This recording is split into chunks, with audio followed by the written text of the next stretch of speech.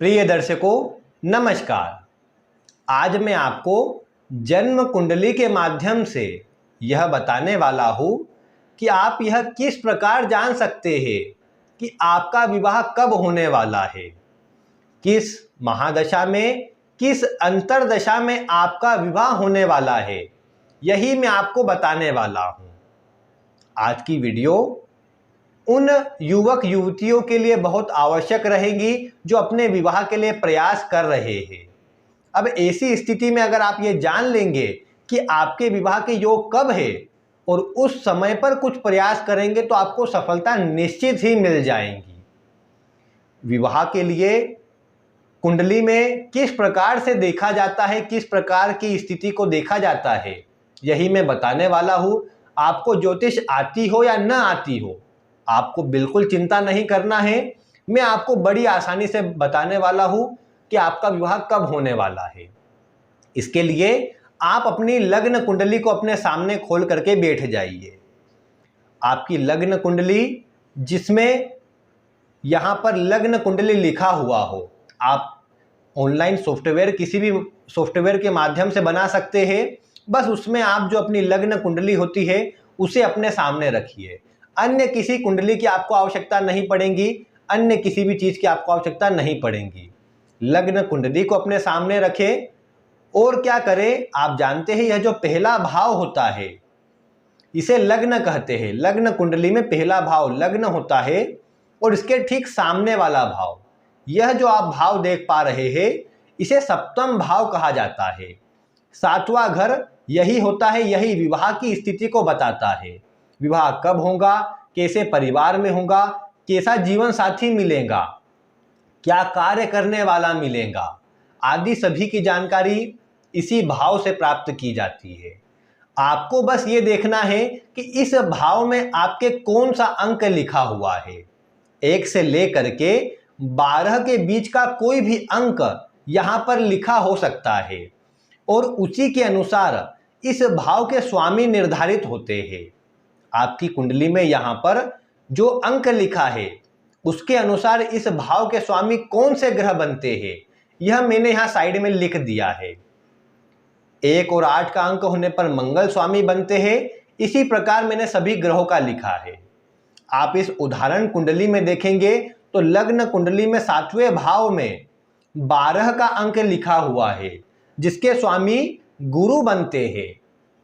इसीलिए आप भी ये ध्यान रखिए कि आपके सप्तम भाव के जो स्वामी बनते हैं वह आप देखिए कौन से ग्रह है और उसे एक स्थान पर लिख करके रख लीजिए। उस ग्रह का आपको ध्यान में रखना है कि वह कौन सा ग्रह है। यहाँ पर गुरु ग्रह बनते हैं जो सप्तम भाव के स्वामी है। इसके बाद आपको आ जाना है अपनी जो महादशा या दशा का जो पेज होता है उस पेज पर आपको आ जाना है। यहाँ पर विंशोत्तरी महादशा के अनुसार आपको देखना है कि विवाह के लिए कौन सी दशा आपके लिए उपयुक्त है, किस समय पर आपका विवाह होने वाला है। अभी आपने वहां पर देखा था कि आपके यहाँ पर जो सप्तम भाव के स्वामी थे वह गुरु ग्रह बन रहे थे। तो आपको बस ये देखना है कि आपको जो ग्रह प्राप्त हुआ है उसकी अंतरदशा आपको कब आ रही है। जैसे यहाँ पर गुरु की आपको गुरु ग्रह प्राप्त हुए हैं तो यहाँ पर अभी शुक्र की महादशा चल रही है। अब ये शुक्र की महादशा इस वर्ष दिसंबर तक है और अभी इसमें शुक्र में केतु की अंतरदशा है। तो केतु तो हमारे सप्तम भाव के ग्रह नहीं है, इसीलिए इस केतु की दशा को तो हम नहीं लेंगे। इसके बाद आगे सूर्य की महादशा आने वाली है। इस महादशा में आप देखिए कि सप्तमेश ग्रह की दशा कब आ रही है। सप्तमेश यहाँ पर गुरु ग्रह थे तो यहाँ पर गुरु की दशा आ रही है 16 जनवरी 2025 से 4 नवंबर 2025 तक।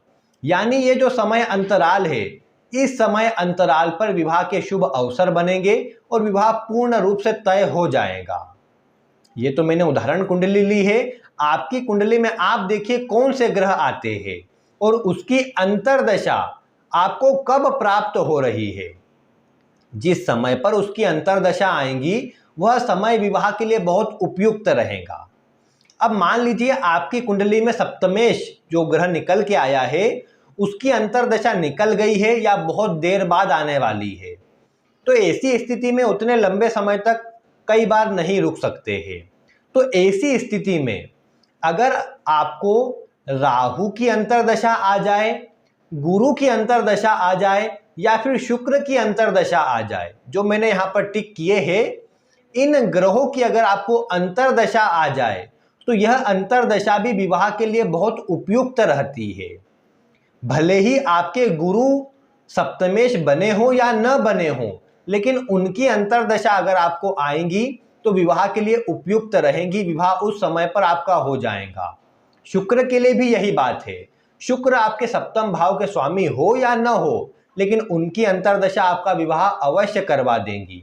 और राहु भी विवाह के प्रमुख कारक हो जाते हैं, इसीलिए राहु की अंतर्दशा आने पर भी विवाह होता देखा गया है। तो इसीलिए 4 ग्रह आपको प्राप्त हुए हैं। पहला सप्तमेश, दूसरा राहु, तीसरा गुरु और चौथे नंबर पर शुक्र। इन 4 में से जिस भी ग्रह की दशा विवाह के समय पर आएंगी, जब आपकी उम्र विवाह के उपयुक्त हो जाएंगी और आप विवाह के लिए प्रयास कर रहे होंगे, उस समय पर इन ग्रहों में से जिसकी मजबूती से दशा आ जाएंगी, उस समय पर आपका विवाह निश्चित ही हो जाएगा। आप अपने घर परिवार के सदस्यों की कुंडली पर, अन्य रिश्तेदार जान पहचान के लोगों की कुंडली पर इस सूत्र को लागू करके देखिए, आपको परिणाम 100% सही ही मिलेगा। तो इसीलिए आप इन ग्रहों को देखिए, इनकी दशा आपको कब आ रही है। वैसे इसके अतिरिक्त भी गोचर और सप्तमेश की अवस्था क्या है, सप्तमेश से 7वें कौन है, आदि सभी बातों का विचार करना होता है। लेकिन ये बेसिक जानकारी थी, सटीक जानकारी थी। इसी से आपको बहुत एक अंदाजा प्राप्त हो जाएगा कि एक ऐसी कौन सी दशा है जिसमें आपका विवाह होने वाला है। तो उम्मीद है आपको अपने विवाह से जुड़ी जानकारी मिल गई होगी कि वह आपका कब होने वाला है। अगर कोई प्रश्न रह गया हो तो आप वीडियो में कमेंट कर सकते हैं। अपनी जन्म कुंडली अध्ययन करवाने हेतु नंबर आपको स्क्रीन पर दिख रहा है, इस पर आप संपर्क कर सकते हैं। और ऐसी ही रोचक वीडियो देखने के लिए चैनल को आज ही सब्सक्राइब करें, वीडियो को लाइक और अन्य तक शेयर करें। मिलते हैं फिर किसी रोचक और नई वीडियो के साथ। वीडियो देखने के लिए आपका बहुत बहुत धन्यवाद।